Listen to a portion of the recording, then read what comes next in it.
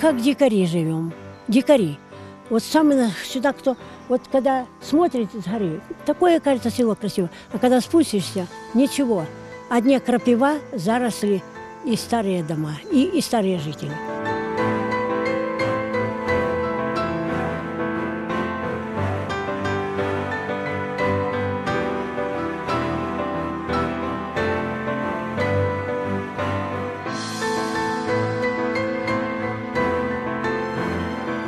Когда мы приехали в 89 году, было здесь очень хорошо.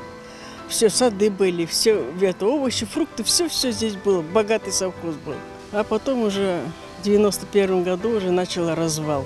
А потом уже ничего не стало, нигде ничего. Все деревья вырубили, все сады вырубили. И виноградники были, можно сказать, по всему периметру. И персики, и груши, и яблоки, и сливы, и черешни, и вишни. Ну, богатый был совхоз, что говорить.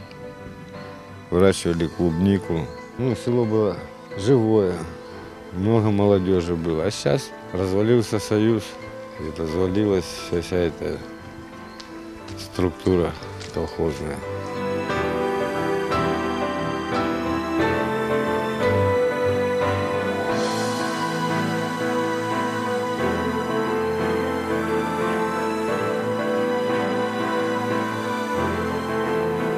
Была мечеть тут,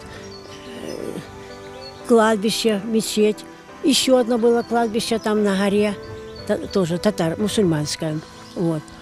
Но потом уже после войны разруха, больничка была. Больницу тоже разрушили, разграбили. Детский сад разрушили, разграбили. Ну, в общем, как говорится, не было войны, но получилось страшнее, чем когда была война.